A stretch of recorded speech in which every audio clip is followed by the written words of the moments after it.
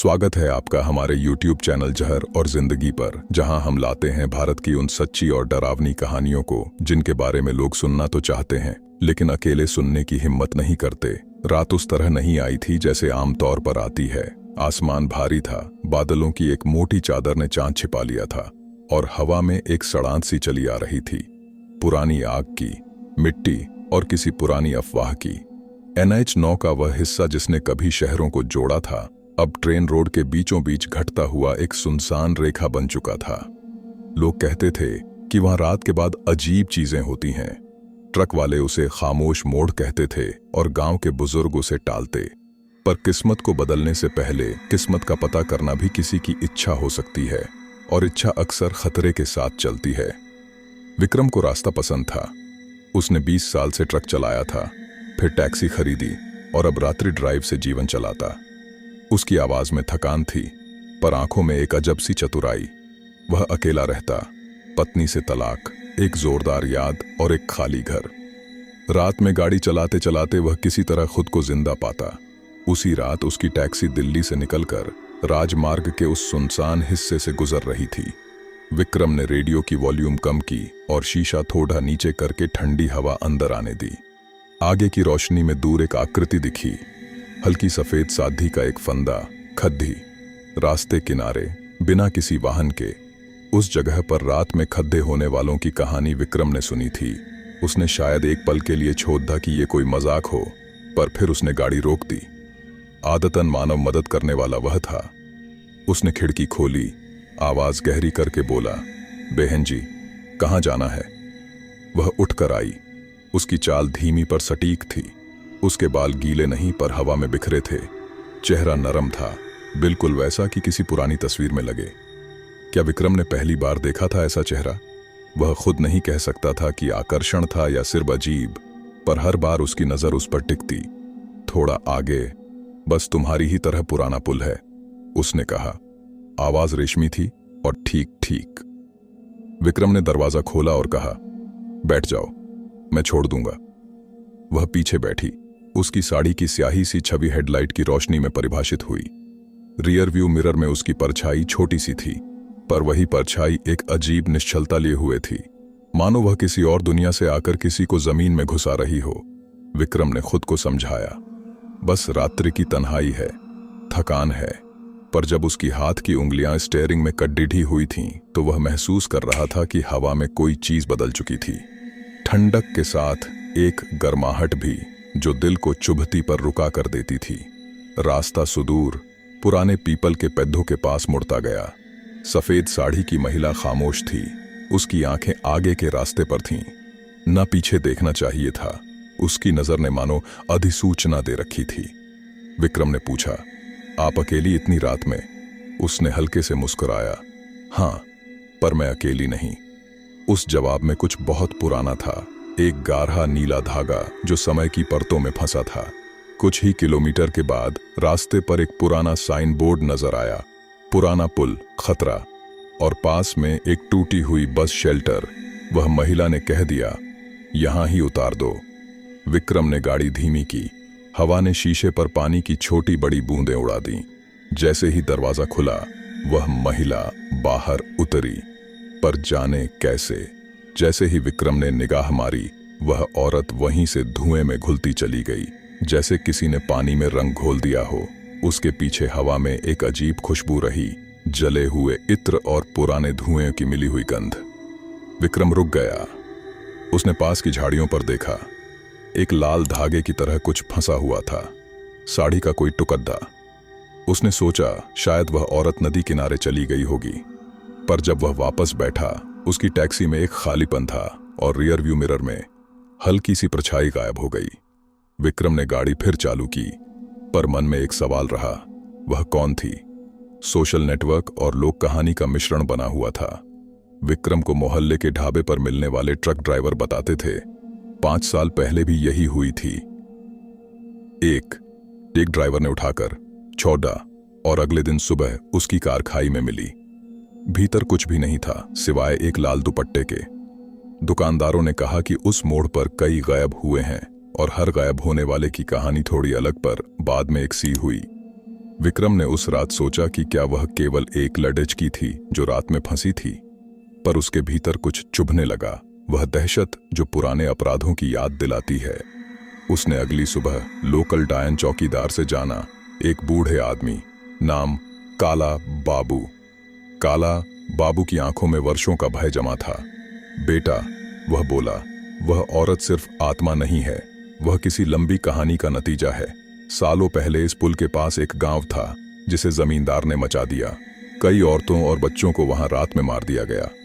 उनका गुस्सा और अपनापन यहां रुका। कभी कभी जो जीते हैं उनसे कहानियां पास आती हैं। वह औरत वहीं खोजती है किसी को जो उसे उसकी शांति दे दे। काला बाबू के शब्दों में कुछ सच्चाई थी। विक्रम के मन में दादाजी की आवाज गूंजी, कभी कभी अतीत लौट आता है और जो देखते हैं उसे समझ नहीं पाते। पर जमीन पर पड़ा लाल साड़ी का टुकड़ा उसकी जेब में घुसा हुआ था। वह उसे रात में उठाकर ले आया था। उसे लगता था कि शायद इससे कुछ संकेत मिलेंगे। विक्रम ने उस टुकड़े को अपने घर में रखा। रात में उसने साड़ी के टुकड़े को देख देख कर महसूस किया कि यह वस्तु किसी की याद का आवरण है। निशान, धब्बे, सब कुछ पुराने वार्तालापों की तरह थे। उसने रिकॉर्डर निकाला और गांव में 2-3 बुजुर्गों से बात की। उन्हीं की जुबानी उसने जाना। उस गांव का नाम कभी रतनपुर था। ठाकुर बलदेव नाम का एक जमींदार था जिसने 3 दशक पहले वहां बहुत अत्याचार किए। एक किस्सा था जो बार बार दोहराया जाता। ठाकुर से नजदीक पड़ोसी एक रात उठकर भागने की कोशिश में पकड़े गए तो उन्हें नदी किनारे जिंदा दफना दिया गया और कुछ औरतों को रात में बचाकर हटा लिया गया। पर एक औरत, कहावत के अनुसार, अपने पति को ढूंढते ढूंढते पुल पर आकर खड़ी रह गई और रात को गला रूह लिया गया। उसका दामन लाल था। कहे जाते हैं कि उसने अपने पति को छोड़ा नहीं था। उसकी आत्मा अब भी उस लाल दामन की गंध में जिंदा है। विक्रम ने इन सब कहानियों को नोट किया और महसूस किया कि हर कहानी में वही चीज उभर कर आती, लाल रंग। यह सिर्फ रंग नहीं, स्मृति का सूचक था। उसे लगा कि वह रास्ता अब केवल वाहन चलाने का नहीं रहा, यह किसी के अतीत का संरक्षक था। कुछ हफ्ते तक विक्रम ने कोशिश की कि यह सब भूल जाए, पर सड़क उसे पुकारती रही। वह बार बार उसी डीलक्स ढाबे पर रुकता, पुराने चालकों से बातें करता, रात के समय उस पुल के पास से गुजरता।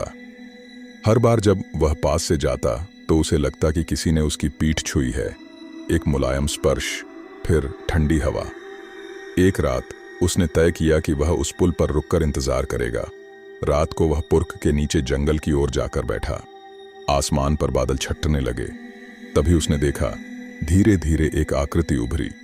वह वही साड़ी वाली औरत थी, पर इस बार नजदीक। उसकी उपस्थिति रेशमी सी थी और उसके कदम मिट्टी पर निशान नहीं छोड़ते थे। विक्रम का दिल तेजी से धड़का, पर वह खिंचा चला गया। निश्चिंतता नहीं, कुछ जिज्ञासा और कुछ उस गहरी तीव्रता की वजह से। औरत ने कहा, मुझे छोड़ आया गया था, मैंने वादा किया था कि मैं लौट कर जाऊंगी। उसकी आवाज अब भी खनकती पर कोमल थी। विक्रम ने पूछा, क्यों, किसने छोड़ा? उसने एक ऐतिहासिक सी कड़वाहट भरी हुई हंसी कही और बोली, वह लोग जो अपनी जमीन बचाते हैं पर दिल बेच देते हैं, उन्होंने हमें रात में दफना दिया। उसकी आंखों में अचानक एक जलन सी थी। वह प्रेम के साथ दर्द भी दिखा रही थी। विक्रम को उसकी आंखों में कुछ ऐसा मिला जिसे वह शब्दों में बयान नहीं कर पाया। एक अधूरा प्यार और एक भूखा बदला। वह अपनी आवाज में कहा, क्या तुम चाहती हो कि मैं कुछ करूं? औरत ने धीरे से सिर हिलाया। हां, पर तुम मानव हो, मानव वादे निभा नहीं पाते। फिर भी उसकी आवाज रुकी और हवा में एक खामोशी छा गई। विक्रम को अब आत्मिक खिंचाव भी था, पर उसके साथ भय भी बड़ा था। उसने महसूस किया कि औरत की खुशबू उसके भीतर कुछ नर्म सा जगा रही थी। अतीत का दर्द जिसे वह समझ ना पाया पर अनुभव कर रहा था। जैसे ही वह रात में उससे भेंट करता, उसकी आंखों में एक दृष्टि और स्पष्ट होती, पुरानी जलन और दिए गए वादों की देह। विक्रम ने उस लाल साड़ी के टुकड़े को उसके पास रखा। वह हिलकर चिढ़ी पर उसकी उंगली ने उसे छुआ और जैसे ही रेडिकल संपर्क हुआ, उसने अनुभव किया, एक झटके में वह तस्वीरें देख रहा था। रात के दृश्य, चीखें, गाने, एक पवित्र रस्म का आधा अधूरा होना। विक्रम ने महसूस किया कि उस औरत को कुछ पूरा करना है या फिर कोई उसे पूरा करे। लेकिन उसी रात एक और बात हुई। ट्रक वाला जिसका नाम अमर था, जिसने विक्रम को बताया था कि कुछ लोग गायब हो रहे हैं, वह अगले दिन सुबह नहीं लौटा। उसकी कार एक नाले में मिली, ड्राइवर गायब, बस उसकी टोपी और एक लाल रिबन। गांव वाले चुप थे, पर उनकी आंखें भय से गोल हो गईं। विक्रम अब तय कर चुका था, या तो वह सच्चाई का पर्दाफाश करेगा या फिर उसे अपने पर छिपा कर रखेगा। पर अभी तक उसने खुद से कहा नहीं था कि यह जानने का जोश उसे किस तरह खा जाएगा। अध्याय 6, शोध और बंधन। विक्रम ने निशा को अपने साथ रखा। निशा उस इलाके की फोटोग्राफर थी और उसने पिछले कई वर्षों से स्मृतियों को अंकित किया था। वे दोनों मिलकर ढेर सारी कहानियां जुटाने लगे, पुराने अखबार, तहसील के रिकॉर्ड और गांव वालों की कहानियां। मीरा नाम की एक पैरानॉर्मल रिसर्चर से भी संपर्क हुआ। वह विज्ञान और लोक धारणा दोनों को सम्मान देती थी। मीरा ने कहा कि अक्सर आत्माएं उस वक्त तक सक्रिय रहती हैं जब तक किसी ने उनके साथ किया हुआ वादा पूरा नहीं किया या जब तक कोई उनकी कहानी नहीं सुनता। मीरा के उपकरणों ने अजीब संकेत दिए। EMF reading, thermal imaging, spectral recording, सब में कुछ संस्पर्श झलक रहा था। वे तहखाने के नीचे के उस चंबे की तरफ गहरे खोदने का निर्णय करते हैं जहां काला बाबू और कुछ पुरानी कहानियों में वादा करने की रस्म हुई थी। खुदाई में उन्होंने पुरानी हड्डियां और झुलसा हुआ कपड़ा निकाला और एक पुराना पत्र जिसमें लिखा था कि हमने उनसे वादा लिया था कि वे हमारे साक्ष्य न बताएं। जब उन्होंने पत्र पढ़ा, वहां एक छोटी सी पंक्ति थी, यदि कोई वादा टूटे तो उसे हमारी तरह गले लगाना होगा। ये पंक्ति पढ़ते ही मिट्टी से उठती ठंडी हवा ने सभी की सांसें थाम लीं। निशा ने कांपते हुए कहा, यह किसी तरह का बंधन है, जो टूट गया तो आत्मा स्वतंत्र नहीं हुई बल्कि बदला मांगने लगी। जैसे जैसे खुदाई आगे बढ़ी, घटनाएं तीव्र हुईं। रात में पास के खेतों में अचानक रोशनी दिखी। गांव के कुछ कुत्ते डर कर बिछ गए। एक रात विक्रम अकेला था। जब उसे वापस लौटा, उसकी टैक्सी की विंडशील्ड पर कोई निशान था, एक गीला सा स्पर्श जो सूखा नहीं था। निशा ने कैमरा का फुटेज देखा। एक शैडो फिगर कैमरा के पास से गुजरी, पर कैमरा में उस शैडो फिगर के चेहरे की मरकरी सी लकीरें दिखाई दीं, जैसे कोई आग की परछाई। मीरा ने सख्ती से कहा कि अब वे रस्म को पूरा करेंगे, या तो वे खुद उसे पूरा करे या फिर उसे दबा दें। पर कौन ऐसा करने के योग्य था? विक्रम की अंदरूनी दुनिया टूटती जा रही थी। वह रातों को सपनों में देखता, वह औरत जिसे वह प्यार कर चुका या जिसे उसने प्यार समझा, उसकी हंसी में चीखें छिपी थीं। सौदा तय हुआ। वे रस्म के स्थान पर एक अनुष्ठान करेंगे जिसमें वे पुराने शब्दों का उच्चारण और हड्डियों का सम्मान करेंगे। रात को सभी तैयार थे, मोमबत्तियां, मंत्र, पुराने तिलक, वो लाल कपड़ा। मीरा ने उपकरणों का संचालन किया और विक्रम ने दादा की पुरानी नोटबुक से कुछ वाक्य पढ़े। वह वही वाक्य थे जो दास्तान के बीच रुक गए थे। जैसे जैसे वे मंत्रोच्चारण करते गए, हवा का रुख बदलने लगा। मिट्टी की गंध गाढ़ी हुई। औरत की परछाई धीरे धीरे प्रकट हुई। उसकी आंखों में दर्द था, पर कुछ क्षणों में कृतज्ञता भी झलकी। पर तभी हवा जोर से चिल्लाई। रास्ते से एक तेज ध्वनि आई। यह किसी भी सामान्य प्राणी की नहीं थी। धरती हिली, कुछ लोग बैकफुट हुए और अचानक एक तेज चीख टुकड़े हुई। किसी ने देखा कि मिट्टी में कुछ सिरक के निशान बन रहे हैं और धरती स्वयं पर टेढ़ी हो रही है। विक्रम ने महसूस किया कि रस्म पूरा होने से पहले किसी ने कुछ छेड़ दिया था। उन्होंने अपनी सांसें जब्त कर लीं, पर तब तक देरी हो चुकी थी। अगले क्षण में वह औरत प्रकट हुई, पर अब उसके चेहरे का स्वरूप इतना नरम नहीं रहा था। उसमें एक कठोरता और प्रत्याशित दर्द था। वह बोली, तुमने क्या वाचा मांगा? विक्रम ने कांपते हुए कहा, हमने तुम्हारा सम्मान करने की कोशिश की, तुम्हें उधार देने की। औरत ने धीमी परंपरा से कहा, वचन सिर्फ शब्द नहीं, पहले की निराकार प्रतिज्ञाएं हैं जो निभाई नहीं गईं। रस्म के बीच जमीन पर अचानक हल्की फूट पड़ी और एक आवाज आई, अब वह पूरा होगा। कोई चमत्कार नहीं, बल्कि एक खौफनाक सत्य। गांव के बुजुर्गों के अनुसार ऐसे बंधनों को खुले में समेटने के लिए कुछ बलिदान चाहिए, पर बलिदान का अर्थ केवल जान नहीं था, बल्कि आत्मा समर्पण भी। विक्रम के पास विकल्प नहीं था। वह जानता था कि अगर वह पीछे हटेगा तो औरत फिर किसी अन्य के पास जाएंगी। उसे बड़ा दायित्व उठाकर अपनी आत्मा से कहा कि वह उस औरत की यादों को अपने भीतर रखेगा, वादा पूरा करेगा, बशर्ते कि वह गांव वालों को उस भय से मुक्त करे। विक्रम ने अपना हाथ साइकिल उठाकर उस लाल कपड़े पर रखा और जैसे ही उसने वचन कहा, एक तेज प्रकाश फैला। औरत ने उस पर आखिरी बार देखा। उसकी आंखों में कभी कभी इंसानियत चमकी, फिर वह शांति के साथ धुंध में विलीन हो गई। उस रात के बाद कुछ अजीब हुआ। गांव में से एक बूढ़ी सिटी की रोशनी धीरे धीरे बहलने लगी। कुत्ते चिल्लाना बंद कर दिए और सड़क पर अब कुछ कम अजीब आवाजें थीं। सुबह की पहली किरणों के साथ गांव ने राहत महसूस की, पर विक्रम के भीतर नई उलझन थी। उसने महसूस किया कि औरत का वादा अब उसके साथ जुड़ गया। उसने अकारण संरक्षण स्वीकार किया था। वह अब रात में कभी कभी उसकी परछाई की तरह महसूस करता। उसकी यादें कभी कभी उसकी नींद में आकर हंसती। गांव मुक्त हुआ, पर विक्रम का दिल बंधा रहा। वह औरत की आत्मा की गहरी स्मृति से नहीं छूट पाया। कई महीनों तक सब शांति में रहा, पर कहानियां नहीं मरती। वे रूप बदलकर जीवित रहती हैं। और कुछ रातों में जब बादल छा जाते, विक्रम रास्ते से गुजरता और रियर व्यू मिरर में वह छोटी सी हल्की परछाई नजर आती। एक समय की मुस्कान, एक वादा और एक लगातार याद की तरह। उसने इसे स्वीकार कर लिया। यह उसका नया जीवन था, किसी की अधूरी चाहत को अपने भीतर रखकर जीना।